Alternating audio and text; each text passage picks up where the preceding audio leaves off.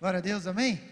Aproveita que você está de pé nessa noite, abra sua Bíblia no livro de Filemon, lá no final da Bíblia, antes do livro aos Hebreus.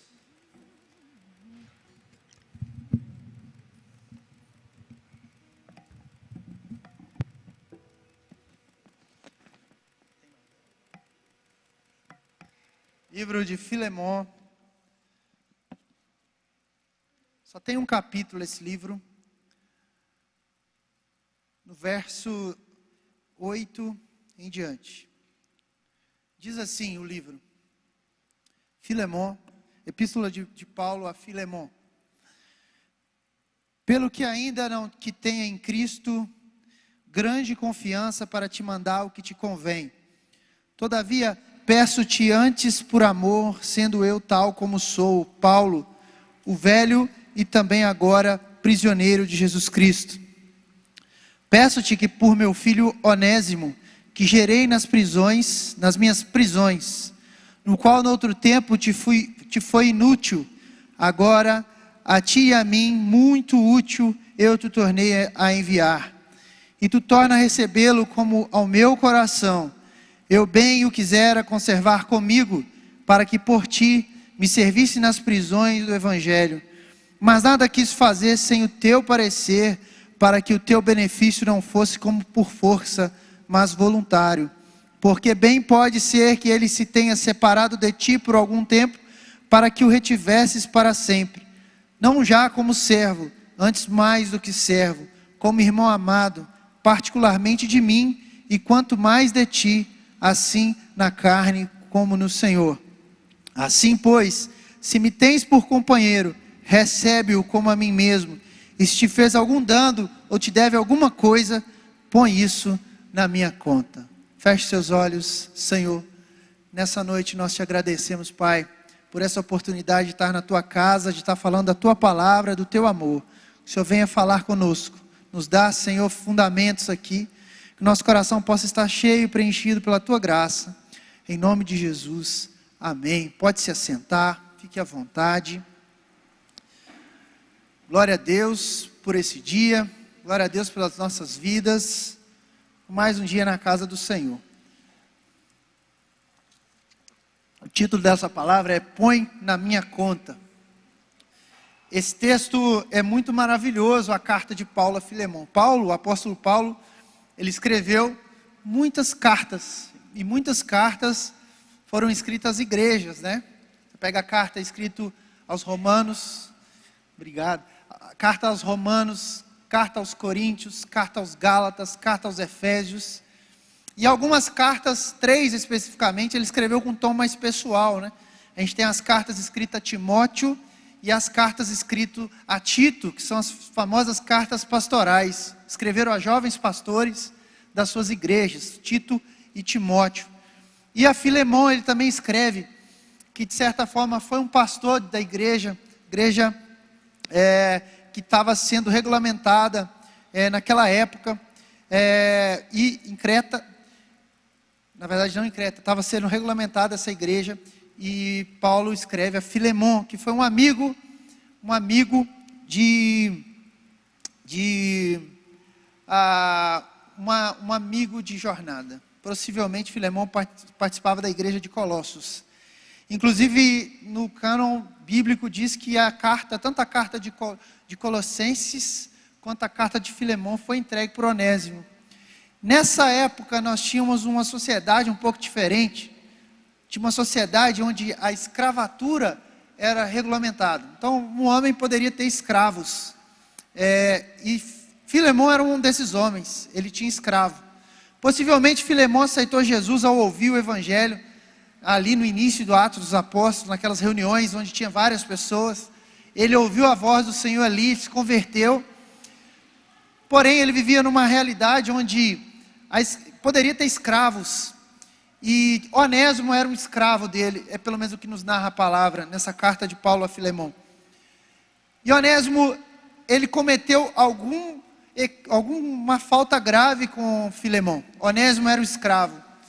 E Onésimo, ele, de certa forma, ele fugiu do seu mestre. Ele fugiu porque ele cometeu algum problema contra o seu senhor, que era Filemon.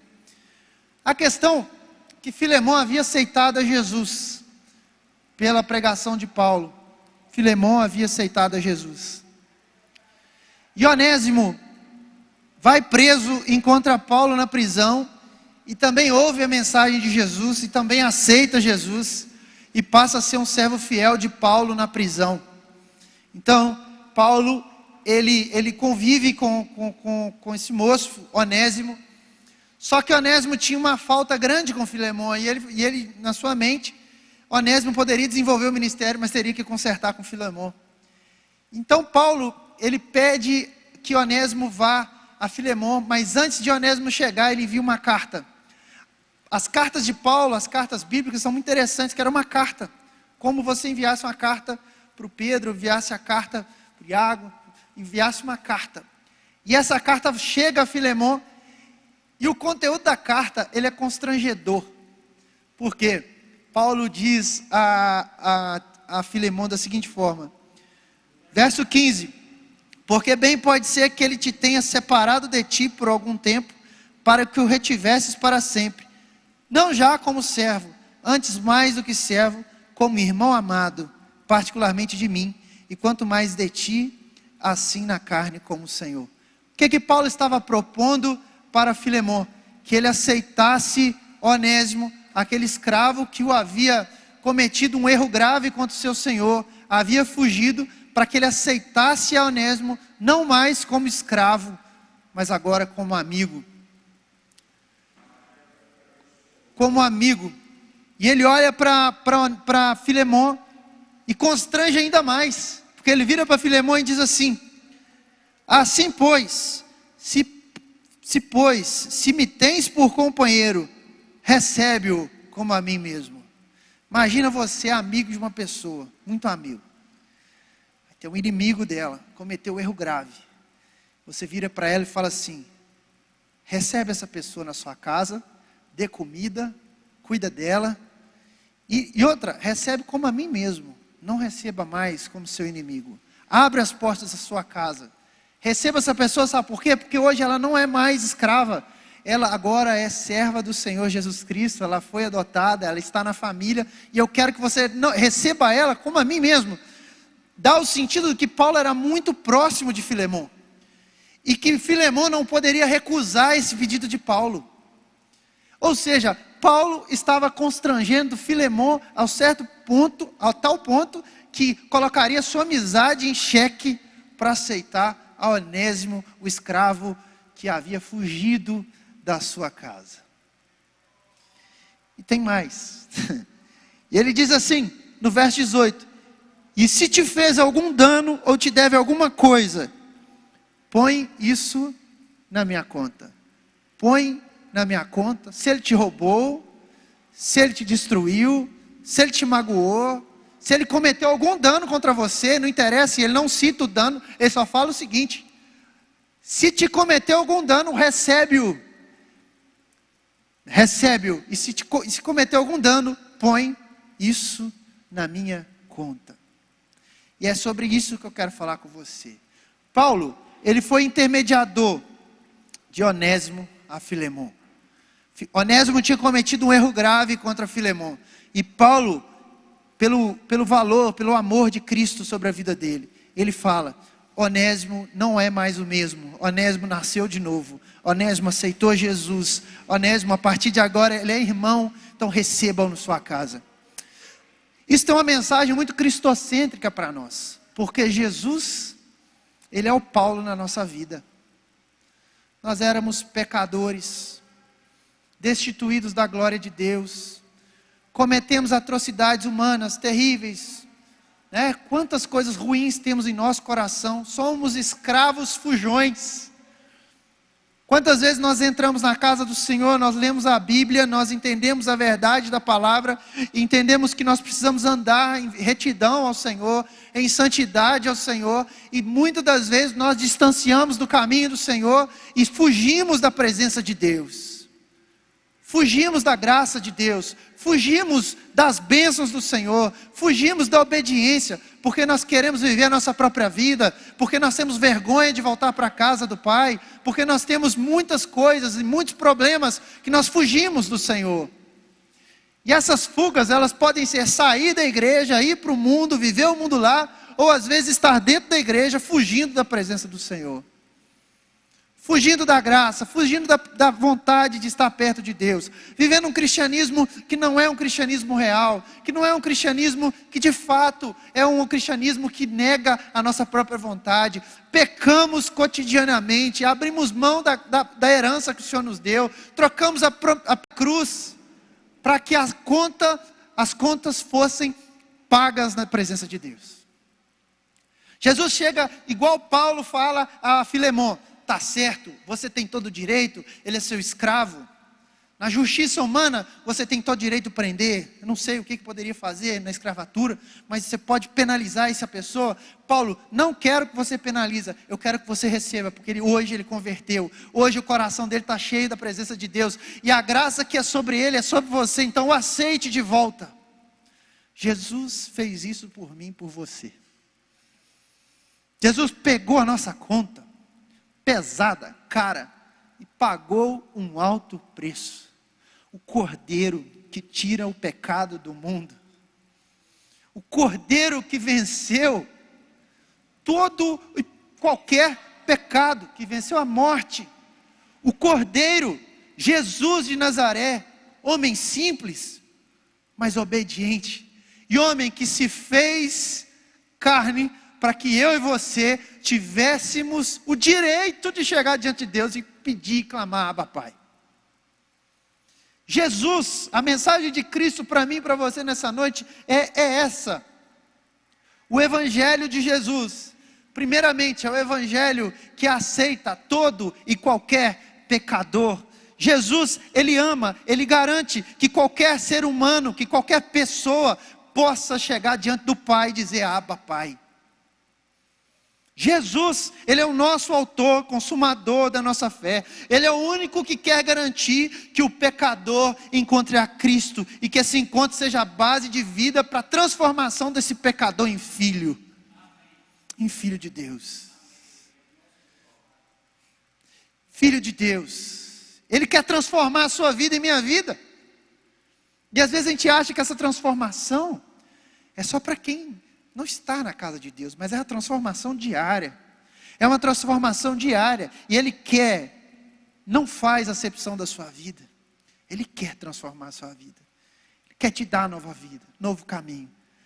Mas para que isso acontecesse, Ele foi lá e pagou sua conta. Você já teve alguma oportunidade de se sentir agraciado? Sabe, a gente na vida, amém? A gente na vida corre tanto atrás das coisas, não é? Pelo meu mérito. Se eu trabalhar fio a fio, se eu acordar às 6 horas, sei lá, se eu acordar às 5 da manhã, que o pessoal fala, né? Tem que ser antes das 5. Se eu acordar antes das 5, eu trabalhar, eu fazer exercício físico, eu sei isso, eu sei aquilo, eu ler isso e tal. Se eu trabalhar anos e anos e anos, se eu for o último, o primeiro que chega no meu trabalho, for o último que sai, e esse discurso para tudo quanto é lado, e você vive essa vida e pensando: se eu fizer isso, eu vou ser bem sucedido. Mas eu quero te perguntar, você já teve a oportunidade de se sentir agraciado? De chegar diante de Deus e de fato experimentar assim: gente do céu, eu não fiz nada por merecer isso aqui. Sabe quando o seu coração, daqui a pouco você dá um exemplo para nós, viu? Como é que você se sente? Imagina o seu maior sonho, a sua maior expectativa de vida, o seu propósito, aquilo que te faz acordar. E você coloca como meta de vida: eu vou ser isso, eu vou ser assim, eu vou ser assado, eu vou ser aquilo, e você aquilo outro e tal. E você trabalha no desafio, a coisa não chega, e lá no final não dá certo, e você fica: não, tem que trabalhar mais, eu tenho que me consumir mais, porque nunca é suficiente. Até o ponto que você começa a entender que Deus, Ele está trabalhando em seu favor. Porque a conta que Deus paga é uma conta completa. Ele te redimiu do seu pecado completamente. Você não vive mais em pecado. Você precisa andar em obediência e desfrutar da obediência. Mas o pecado, Jesus pagou o preço lá na cruz. Somos filhos, por que então vivemos como se fôssemos escravos? Quem é filho, sabe, ser filho não é do seu pai, tá, meu querido? Você é filho de Deus. Porque às vezes você não tem uma boa relação com seu pai. Às vezes você olha para o seu pai e fala, não quero saber de Deus não, porque meu pai é bravo demais comigo, briga comigo, não deixa eu fazer nada. Às vezes a gente tende a traduzir Deus como se fosse seres humanos. Deus não é isso. Deus é um pai perfeito, amoroso, que corrige a sua vida, mas que cuida de você, cuida de mim. E esse sentimento de se sentir agraciado é maravilhoso. Ontem estava na aula, sexta-feira, foi isso? Sexta-feira, estou meio perdido com o tempo. Quinta-feira, estava dando aula, uma aluna minha falou assim, professor, eu li sua biografia da universidade. Falei, gente, minha biografia, nem sabia que isso existia mais. Todo mundo que forma faz uma biografiazinha, os colegas fazem aquela biografia, e fica lá. E eu nunca imaginei que eu ia sentir emoção de ler aquilo. Eu formei em 2011, estou bem antigo já, né? Formei em 2011. E ela me mandou, eu falei, não é possível, como é que isso chegou na sua mão? Chegou lá a minha biografia, eu magrinho ainda, né? E os meus amigos fizeram a minha biografia. Cara, eu li aquilo tudo e falei assim, gente do céu, como Deus foi maravilhoso na minha vida. Coisas que eu sonhava lá atrás, a Sara, que eu não imaginava. E Deus veio sobre a nossa vida. A graça de Deus veio sobre a minha vida. Lá, ainda eu era crente. Mesmo com os problemas, com as dificuldades, Deus sustentou todos os dias, até os dias de hoje. Aquele Josiel lá de 2011, recém-casado, não é o Josiel hoje de 2022. Dormia muito mais em 2011, né? Isso tinha uma bela diferença. Não é o Josiel de lá. Se pegar o Reinaldinho naquele jogo do Galo, que ele está lá sem camisa, gritando, pegar o Reinaldinho de hoje, é outra pessoa. Pare para olhar na sua vida, e que esse olhar te respingue e traga sobre você confiança de que Deus está cuidando de você e está colocando na conta dele os seus problemas. Cristo pagou a conta para nós. Nós fomos adotados, lá em Gálatas 4, 7 diz, assim que já não és mais servo, mas filho, e és filho, és também herdeiro de Deus por Cristo. E essa adoção, ela traz resultado na minha e na sua vida. Eu coloquei alguns resultados que vem trazer. Primeiro resultado de sentir adotado, agraciado pela presença de Deus, é fazer a vontade do Pai. Quando você se sente filho, você se sente e desfruta o ato de fazer a vontade do Pai. Efésios 1, 5 diz, e nos predestinou para filhos de adoção por Jesus Cristo, para si mesmo, segundo o benefício da sua vontade. É assim, Jesus pagou a sua conta, pagou a minha conta, para que nós adorássemos a Ele. E não tem mais conversa, irmão. Esses dias, alguma pessoa falou assim, eu não acredito em Deus. Aí veio no meu coração, sim, o problema é seu. Deus não deixa de ser Deus, porque você não acredita nele. Tá certo? O problema é seu. Nossa, Deus vai se sentir magoado, porque alguém é ateu. Continua fazendo o serviço dele. Eu lembro, estou lá na luta para terminar a leitura bíblica esse ano. Estou 104 dias atrasado. Ontem eu li 3 capítulos, tá? Eu vou conseguir, em nome de Jesus. E ontem eu estou lendo Neemias. Está lá Neemias fazendo uma grande obra. E vem lá os gente boa do Sambalate e Tobias. Começa a perturbar. Vai dar errado, não vai dar certo. Porque você está fazendo o muro. Por que você está fazendo o muro? Por que você está construindo? Os caras não construíam nada e estavam perturbando meu amigo Edmar. Quem estava construindo? Neemias olha para os caras e fala assim, eu não vou descer aí, meu amigo. Mas por que não? Porque não me interessa o que vocês falam. O muro precisa construir, eu vou construir. Eu estou fazendo uma grande obra. Se você acredita, não acredita, acha que Deus é isso, acha que Deus não está preocupado com isso, porque Ele não deixa de ser Deus. A minha opção e sua é abraçar a vontade do Pai e desfrutar da sua vontade. O que a palavra nos diz é que Ele está à porta e bate. Aquele que abrir a porta, ele entra. Se você não abrir a porta, o problema é seu. O problema é seu. A conta já foi paga.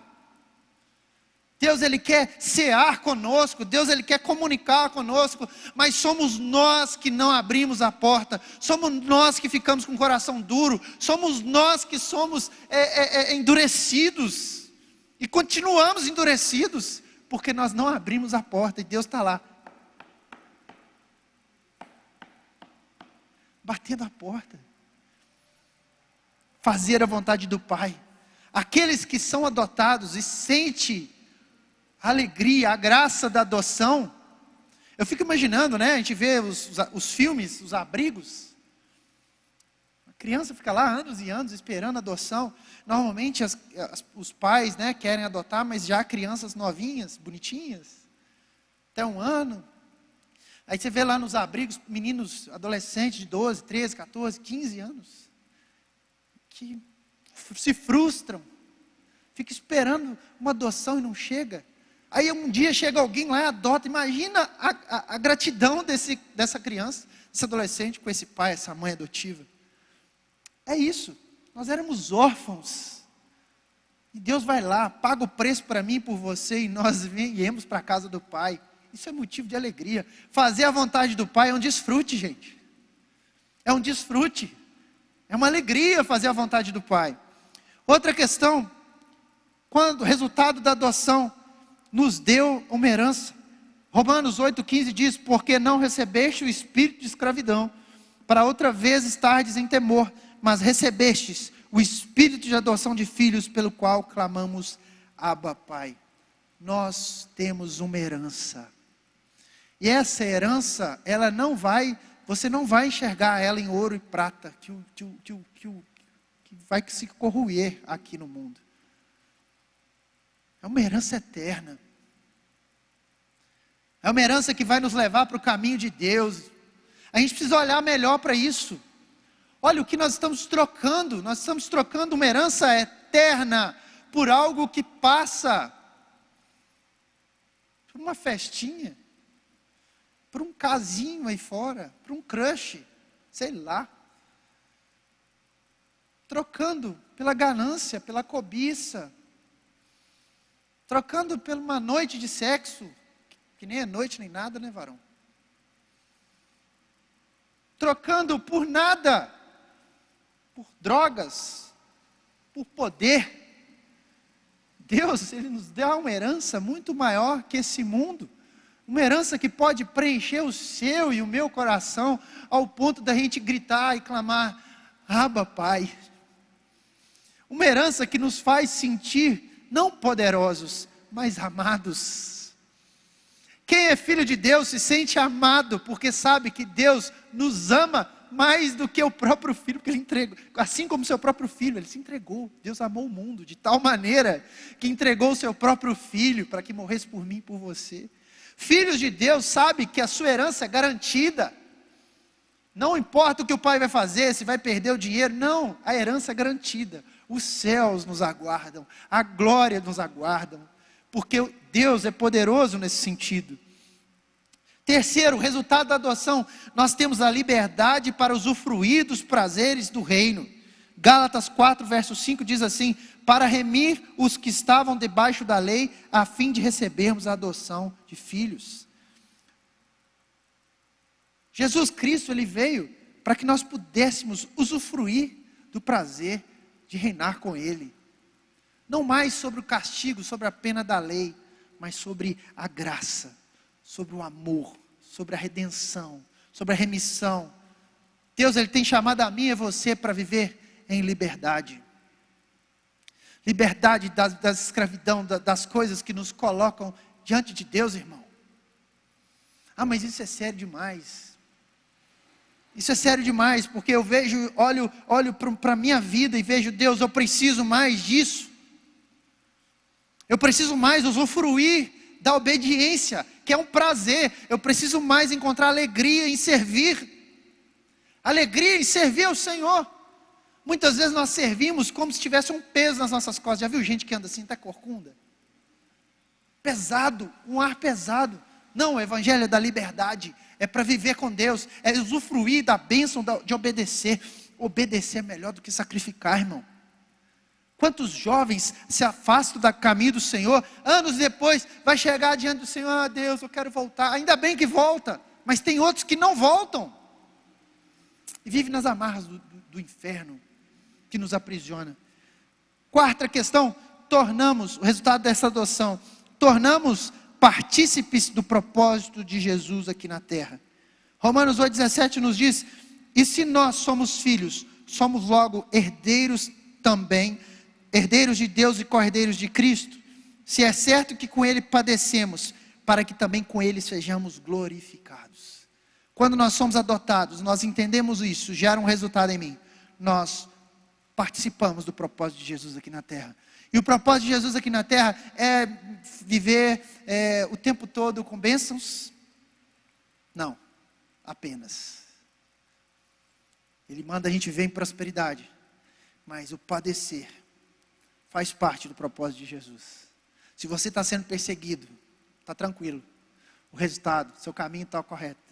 Se ninguém te apoia, se ninguém te aceita, principalmente lá do mundo, você está no caminho certo. Se alguém está olhando para você, você não é crente? Você está no caminho certo. Deus está usando a mula para te lembrar que você é crente. Quem nunca passou por isso? Eu já. Estou lá, bonitão, soltão, falando, você não é crente? Foi uma mula falando. Deus coloca essas mulas durante a sua caminhada para te lembrar que você é crente. Você é lavado, remido no sangue de Jesus. Ah, mas você pode até falar como Pedro, né? A Cris pegou aqui semana passada. Ah, Deus, não, imagina que eu sou desse povo aí. Cara, tem uma marca na sua testa. Essa marca é o sangue de Jesus Cristo.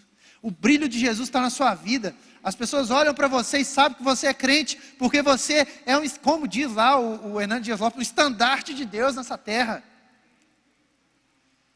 E Deus quer te usar, irmão. Deus quer fazer de você e de mim participar do propósito de Deus aqui na terra.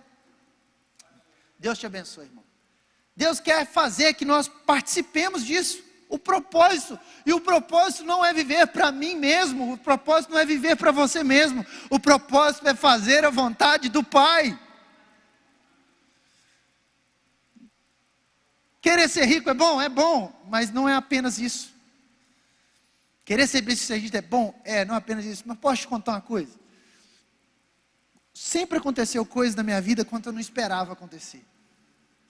Eu deixava de trabalhar? Não, sempre trabalhei e indico que trabalhem. Se esforcem. Mas tanta coisa aconteceu na minha vida, que veio de graça. Eu estava no lugar, fazendo o que era o meu papel. Sabe o que eu penso disso? Eu penso sobre a vida de Davi. Davi foi o rei, um dos mais poderosos de Israel, o mais poderoso de Israel. Só que Davi, enquanto ele não era rei, ele estava por detrás das malhadas, cuidando de ovelha. Davi cheirava pasto. Davi não era bonito. Davi era franzino, não tinha beleza humana. Davi não tinha poder, mas Davi temia a Deus. E Davi cheirava pasto, ele trabalhava. Davi estava quietinho lá no seu canto, cuidando das suas ovelhas. Estava cumprindo o propósito dele ali. Cuidava daquelas ovelhas. Veio o leão, ele desafiou o leão e acabou com o leão. Veio o urso, né? Acabou com aqueles bichos. Até um dia que ele vai lá levar comidinha para os irmãozinhos bonitinhos, cheio de coisa. Ele vê um gigante. Ele olha para o gigante e fala assim, não, peraí, eu já passei por esse processo. Muito difícil vencer o leão. Esse circunciso aí vai cair sob o poder da graça de Deus. Davi nunca deixou de fazer o que era para ser feito. Davi nunca deixou. Pega o exemplo de Daniel. Daniel vai para a cova dos leões. Isso não é historinha de boi bumbá para você dormir, não. Isso é verdade. Daniel não deixou de fazer o que ele era acostumado a fazer. Dario baixou um decreto, quem orar ao Deus de Israel aí vai ser mandado à cova dos leões. Beleza, vamos orar. Foi lá para o cantinho dele, orou. Foi jogado lá e ficou lá. E Deus o livrou da cova dos leões. Sabe o que isso quer te dizer? Que a graça do Senhor vem para aqueles que estão no lugar que Ele coloca. Se você quer sucesso na sua carreira, continue cheirando pasto. Se estude, irmão. Dedique, mas não faz de pouco não, faz o melhor. Você quer ser o cara da sua área? Seja o melhor, porque não tem espaço para gente ruim aí no mercado. Seja o melhor. Se dedique ao máximo. Mas saiba que essa dedicação não é o que vai te garantir a herança do Senhor. Porque tem coisas na nossa vida que pode vir te destruir. Mas Deus sabe aquilo que está reservado para você. Deus sabe qual o momento certo. Deus sabe quando que Ele vai olhar para você e falar, agora é a hora dela ir, vai. Porque sabe que você não vai perder por aquela bênção. As bênçãos nos fazem perder do propósito do Senhor. Tem gente que se for abençoar demais, ele larga a igreja. Tem gente que se for abençoar demais, ele vai para o mundo. Porque entra na ostentação, meu irmão, e pronto. Isso é inimigo, pecado da carne. Gera cobiça no irmão ainda, né? Tem gente que é assim, porque foge do propósito de Deus aqui na terra. Se você tem mais recursos, saiba que as suas sementes devem ser maiores do que de quem não tem recursos. Deus, Ele coloca sobre mim e sobre você responsabilidades. E se você tem mais recursos, abençoe mais. Oferte mais, irmão. Não, mas oferte com um coração grato. Oferte, Senhor, está aqui, é seu. E eu não me interessa, mas eu estou abençoando. Não porque o que eu vou ter de volta, porque eu sei que eu já tenho tudo. Esses dias o Douglas Gonçalves foi lá no podcast do Primo Rico, do Thiago Nigro. E virou para ele, não sei quem viu o corte, eu vi o corte, só ele falou assim, cara, talvez muitas pessoas podem achar que eu estou aqui para agradar você, eu tenho um relacionamento com você, mas eu já sou filho do rei. Que sentido tem eu querer tirar vantagem do meu relacionamento com você, se eu já sou filho daquele que tem tudo? Nós somos filhos de quem já tem tudo. Sério, nós precisamos viver na bênção. Irmãos, isso é tornar o propósito de Jesus aqui na terra. É o propósito de Jesus. Outro resultado da adoção, último, confiança em Deus, para construir uma vida alicerçada na cultura do reino. Hebreus 4,16 diz assim, cheguemos, pois, com confiança ao trono da graça, para que possamos alcançar misericórdia e achar graça, a fim de sermos ajudados em tempo oportuno. E eu quero encerrar essa palavra hoje, não encerrando, só estou dizendo que eu vou encerrar para vocês ficarem mais tranquilos.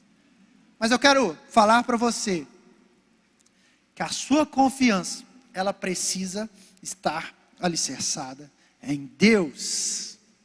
Jeremias capítulo 17, versos 5 a 8.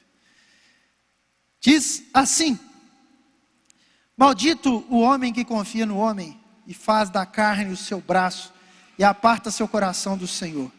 Porque será como tamargueira no deserto, e não sentirá quando vem o bem. Antes morrerá nos lugares secos do deserto, na terra salgada e inabitável. Bendito o varão que confia no Senhor, e cuja esperança está no Senhor, porque ele será como a árvore plantada junto às águas, que estende as suas raízes para o ribeiro, e não as receia quando vem o calor, mas a sua folha fica verde, e no ano de sequidão não se afadiga nem deixa de dar fruto. Jeremias, o profeta, coloca dois tipos de pessoas aqui no capítulo 17. A maldita e a bendita. E eu quero falar primeiro da maldita. A maldita, ela faz da carne do seu braço e confia no homem. Ela confia nas riquezas humanas. Ela confia nos prazeres humanos. Eu estava ouvindo a palavra do Subirá esses dias. E nesse texto me chamou muita atenção. Maravilhosa, diga-se de passagem. E o texto de Jeremias vai falar, maldito esse cara que vai confiar nele mesmo. É o que eu estou te dizendo. O que fez Davi rei, não foi ele ser poderoso, forte, vencedor. Né? Ele não ia cantar. Eu acho que Davi não queria cantar. Quem te viu na prova e não te ajudou. E às vezes a gente quer falar isso, né? Sendo honesto. Você ganhou uma bênção, falou, Damares, fala ao meu coração. Ô glória. Você chora, né? Davi foi o homem segundo o coração de Deus. Mas ele não venceu porque ele era poderoso. Ele venceu porque ele confiava em Deus. E nós temos vivido uma crise de confiança enorme nos tempos de hoje. Nós confiamos mais no médico, nós confiamos mais no engenheiro, nós confiamos mais no professor, nós confiamos mais no mecânico e não confiamos mais em Deus. Nós confiamos na especialidade, nós somos geração dos especialistas. Mas a gente esquece do joelho, esquecemos que Deus tem poder de agir sobrenatural nas nossas vidas. E a palavra nos ensina, traz à memória aquilo que te traz esperança. Eu quero trazer esperança à sua vida hoje. Jesus ainda opera milagres, maravilhas. Ele age sobrenatural sobre a sua vida. Talvez não está dando certo, porque você está o tempo todo querendo resolver pelas próprias forças. Fala isso para mim também. Talvez nós queremos resolver com a força do braço.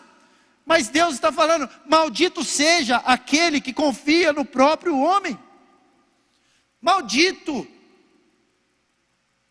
Suas coisas não vai dar certo. Você vai ser como um arbusto seco no meio do deserto. Olha, o resultado disso, da confiança no homem, será como a tamagueira no deserto, e não se sentirá quando vem o bem. Antes morrerá nos lugares secos do deserto. Olha, morre na sequidão da própria confiança. Morre na sequidão. Não sei você, mas eu já tive a oportunidade de viver uma situação muito chata. Quando meu sogro faleceu, o sogro estava dias no hospital, e chegamos lá, depois de vários dias, nós orando, pedindo a Deus, chegamos à notícia que ele tinha morrido. Me ligaram 5 da manhã, a gente foi, eu falei, 5 da manhã, médico ligar, tá no hospital, é complexo. Cheguei lá diante da equipe médica, ela olhou para mim e falou assim, vejam bem, nós fizemos tudo que estava ao nosso alcance, todo o processo foi muito eficiente, o trabalho foi muito bem feito, só que o paciente morreu. Só que o paciente morreu. Jó, ele conviveu com a sua esposa, que teoricamente estavam no mesmo lugar, na mesma igreja. A reação de Jó foi uma, a reação da sua esposa foi outra. A reação da sua esposa foi, então, cara, você não está vendo o que está acontecendo? Eu Jesus por isso. Você vai frutificar mesmo nesse ano seco. O que eu posso te dizer, sabe o que é? Tenha ânimo, tenha coragem. Tenha coragem. Enfrente os seus problemas, enfrente suas dificuldades, confiando que Ele é o nosso Deus e que Ele está cuidando de mim e de você. Confiar é uma declaração de resistência a esse mundo. É uma declaração de resistência, porque o mundo diz, confie no homem, e a palavra do Senhor diz, confia no Senhor. Confia no Senhor. Nós cantamos aqui, eu vou construir minha vida em ti, tu és meu fundamento. Inclusive o louvor pode vir cá cantar essa música de novo, por favor. Tu és o meu fundamento. Para você construir uma casa e ela aguentar a pancada, ela precisa ter fundação. Qual é a sua fundação? Jesus. Por que Jesus? Porque Ele pôs na conta dele todo o preço que deveria ser pago. Aleluia. Jesus nos diz assim como Paulo, põe na minha conta que eu estou cuidando de você. Paulo, quando chega diante de Filemão e pede ele para receber Onésimo, ele não fala apenas sobre acabar com aquele pecado, reconcilia, não, ele fala, aceite ele como meu amigo. Quando Jesus diz assim, põe na minha conta, Ele quer cuidar de você completamente, já não há separação. E eu quero encerrar com essa palavra, porque muitas vezes a gente acha que falar sobre confiança em Deus, para Deus abençoar a sua vida material, é um discurso, é uma pregação triunfalista, e não é. Triunfalismo é dizer que Deus só faz isso. Eu quero te dizer para você ter confiança e entregar os seus problemas a Deus. Eu quero te convidar nessa noite a resistir à sua consciência, que muitas vezes ela é relativista. Muitas vezes esse mundo, ele é incrédulo. Eu quero nessa noite te chamar a confiança plena em Deus. Ele está cuidando de você. Ele começa apagando os seus pecados. E Ele continua colocando sobre você bênçãos tais que seus sentimentos, seus pensamentos, sua vontade, seu caráter é aperfeiçoado na presença dEle todos os dias, todos os dias. Deixa Deus estabelecer o propósito na sua vida. E esse propósito começa com confiar que a conta foi paga. A conta foi paga por Jesus.